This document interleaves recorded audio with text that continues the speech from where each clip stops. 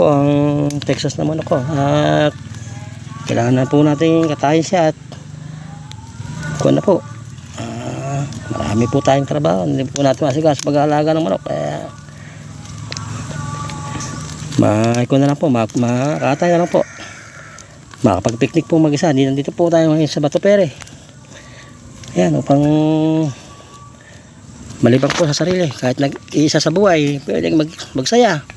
Ayan po ang ating Texas na manok, native.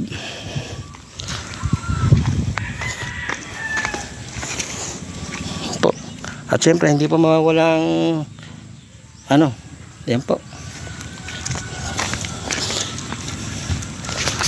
ang kanyang kasama sa buhay. Wala talaga akong forever, kaya penatay ko na rin po yung forever niya. Wala akong mag-asigasot, ako'y dadayo sa malayo na trabaho. God bless po, maraming po salamat.